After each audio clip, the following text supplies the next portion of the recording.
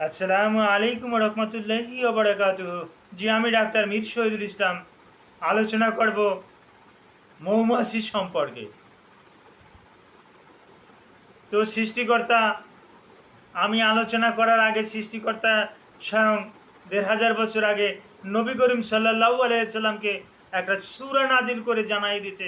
সূরাটার নামই নাহল, মানে মৌমাছির উপরে একটা পূর্ণাঙ্গ একটা সূরাই আল্লাহ সুবহানাহু ওয়া তাআলা নাজিল করেছে।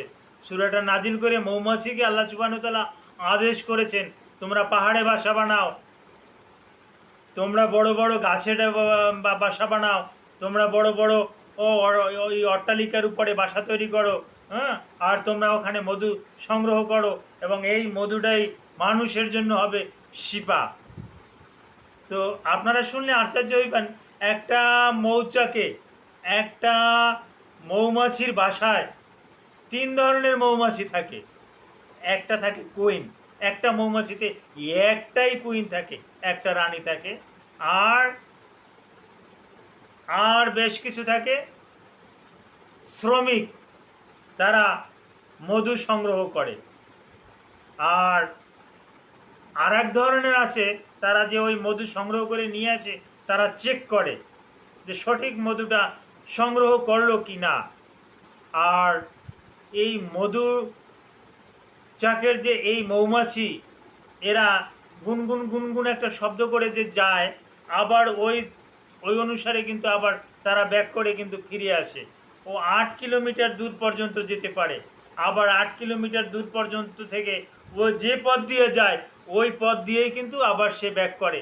সে ডানেও 1 ইঞ্চি যাবে না, বামেও কিন্তু 1 ইঞ্চি যাবে না।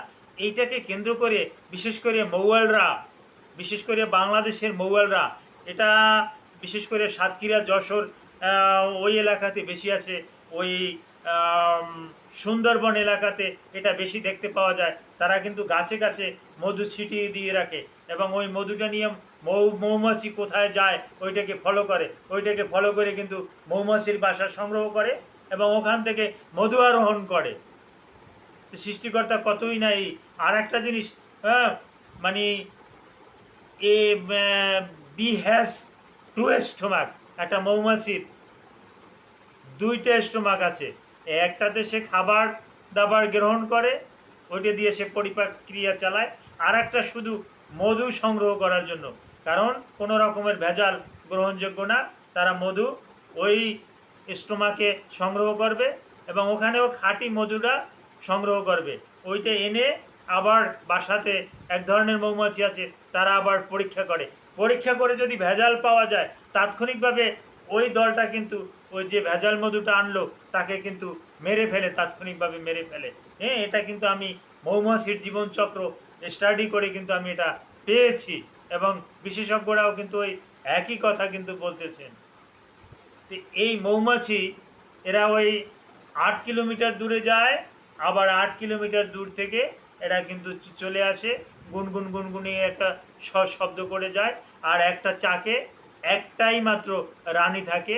আর রানীর সংখ্যা যদি বেশি হয়ে যায়, তাহলে ওই 2 রানীতে ঝগড়া করে। যে রানীটা জয়লাভ করে সে ওই থাকবে, আর বাকিটা মারা যাবে।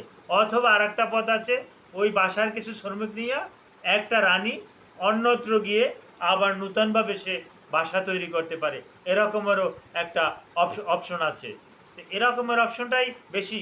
ওই নূতন রানী সে অন্য জায়গায় চলে গিয়ে সে নূতনভাবে আবার আর একটা বাসা বাসা তৈরি করে। এটাই সাধারণত দেখতেছি। জি, থ্যাংক ইউ অল।